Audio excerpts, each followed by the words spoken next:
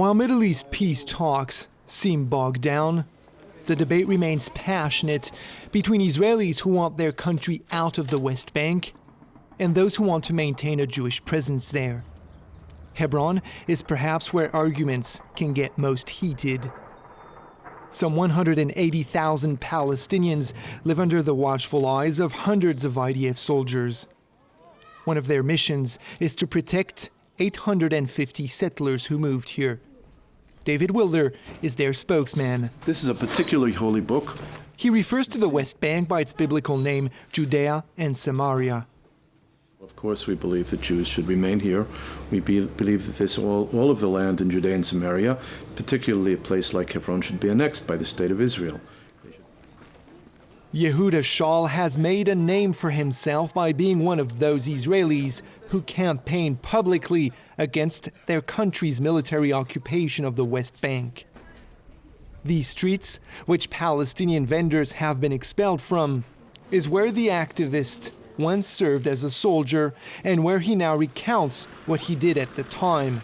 He says that, as a grenade machine gun operator, he was ordered to shoot towards Palestinian homes nearby. It is insane.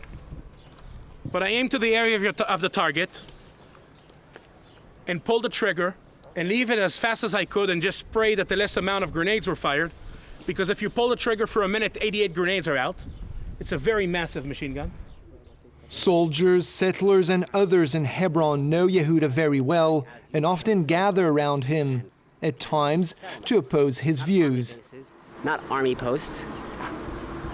To my knowledge, no Israeli soldier ever indiscriminately fired on Arab people intentionally with intent to kill them. Jewish people think like me. Sadly, those who oppose us have power. They have media support.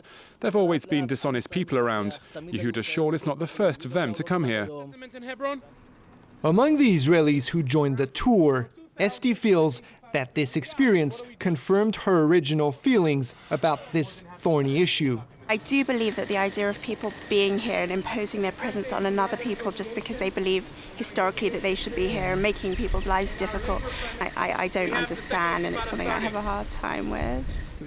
As the tour comes to an end, Yehuda warns of the perils which he believes Israel will face if it does not change its policies in the area. We need to take a decision. Either we live with Israel, in Israel, with legitimacy, without the occupation, or we continue with the occupation and we lose the state of Israel entirely. Yehuda and those who think like him know that, in this debate, their opponents, I guess you know there's other side to the story, and currently have the upper hand in Israel's government.